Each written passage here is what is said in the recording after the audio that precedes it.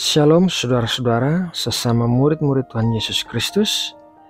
Semoga kita semua senantiasa berada dalam keadaan sehat dan menerima perlindungan Tuhan yang sempurna. Kiranya Tuhan memberkati kita dengan hikmat dan pengetahuan melimpah dari pendengaran firman-Nya. Saudaraku, mari kita berdoa untuk mempersiapkan hati kita sebelum mendengarkan firman Tuhan. Tuhan Allah yang bertahta di dalam kerajaan sorga, kami mengucap syukur atas anugerah kehidupan yang baru dan tubuh kami yang sehat. Terima kasih buat rencana-Mu yang indah bagi kami hari ini. Saat ini kami merendahkan hati kami untuk berdoa, memohon kasih dan kuasa-Mu bekerja bagi saudara-saudara kami yang membutuhkan.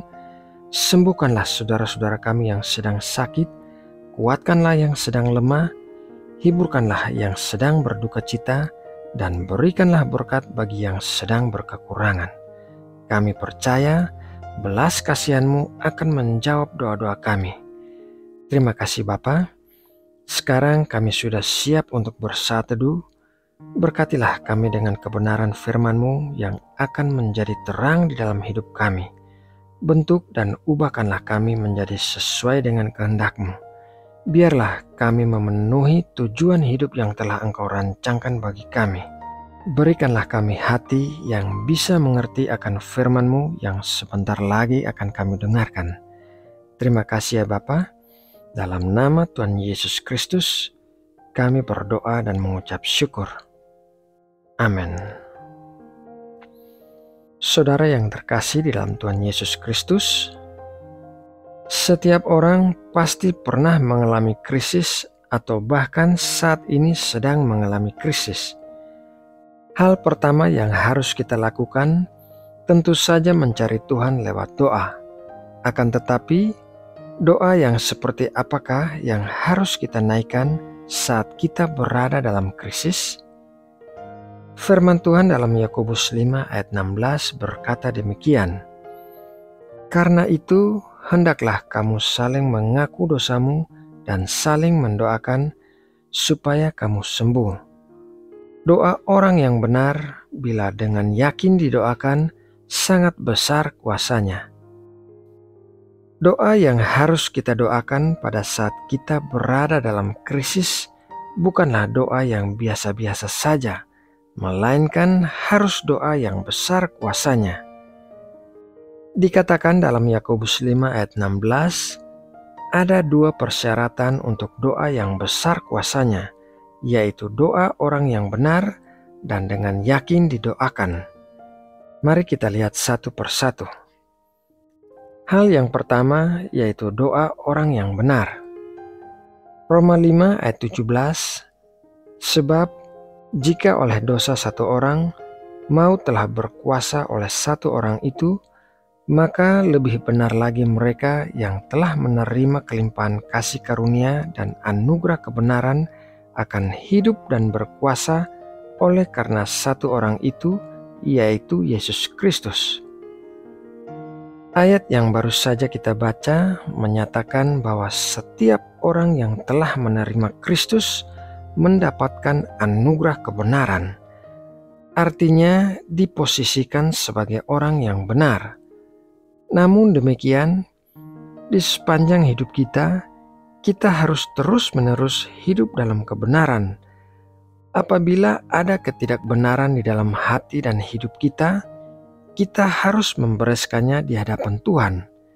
Jika tidak, maka hal tersebut akan menghalangi doa kita, seperti yang tertulis dalam Mazmur 66 ayat 18. Seandainya ada niat jahat dalam hatiku, tentulah Tuhan tidak mau mendengar.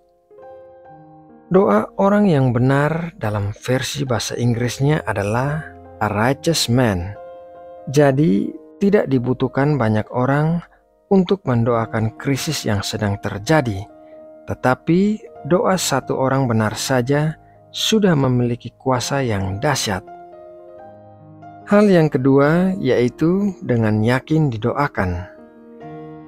Kata asli yang dipakai untuk kalimat dengan yakin didoakan adalah berdoa dengan kuat. Pada saat mengalami krisis, kita tidak bisa berdoa dengan biasa-biasa saja, melainkan harus berdoa dengan kuat. Artinya, kita harus berdoa dengan beban yang ada di dalam hati kita. Kita harus berdoa dengan sungguh-sungguh kepada Tuhan, berfokus pada krisis yang sedang kita alami. Apabila kita tidak tahu apa yang harus didoakan, firman Tuhan berkata bahwa Roh Kudus akan menolong kita pada saat kita berdoa. Mari kita baca dalam Roma 8 ayat 26. Demikian juga Roh membantu kita dalam kelemahan kita, sebab kita tidak tahu bagaimana sebenarnya harus berdoa, tetapi Roh sendiri berdoa untuk kita kepada Allah dengan keluhan-keluhan yang tidak terucapkan. Saudara yang terkasih di dalam Tuhan Yesus, melalui renungan firman Tuhan pagi ini, marilah kita memberanikan diri untuk datang kepada Tuhan di dalam doa, untuk berdoa pada saat kita mengalami krisis. Percayalah bahwa doa orang yang benar, bila dengan yakin didoakan, sangat besar kuasanya. Nah, saudaraku, demikianlah renungan firman Tuhan pagi ini. Semoga renungan ini dapat memberkati dan menguatkan kita semua. Mari kita berdoa. Bapa kami yang ada di sorga, kami mengucap syukur telah menerima berkat firman-Mu yang akan menuntun dan mengarahkan hidup kami. Terima kasih karena Engkau telah mengajarkan kebenaran-kebenaran melalui firman-Mu yang penuh kuasa. Kiranya hidup kami bisa menjadi terang bagi dunia di sekeliling kami, dan kami bisa menjadi saksi-saksi yang efektif bagi Kristus. Sebentar setelah selesai berdoa, kami akan segera melakukan aktivitas kami. Kami membawa semua rencana kami ke hadapan-Mu. Kiranya Engkau memberkati dan melindungi kami di sepanjang hari saat kami beraktivitas, dan kiranya Engkau membuat kami berhasil dan beruntung, sehingga kami memuliakan-Mu melalui perkataan dan perbuatan kami. Terima kasih ya Bapa, kami serahkan seluruh hidup kami ke dalam tangan-Mu. Bapa, saat ini kami juga mau berdoa bagi bangsa Indonesia. Kami memohon berkat-berkat kesejahteraan dan keamanan bagi Indonesia. Kami bersyukur status pandemi telah dicabut dari Indonesia. Jadi kami memohon tangan-Mu memulihkan negeri kami dalam segi perekonomian dan kemakmuran bagi seluruh rakyat Indonesia. Terima kasih ya Bapa. Dalam nama Tuhan Yesus Kristus, kami berdoa dan mengucap syukur.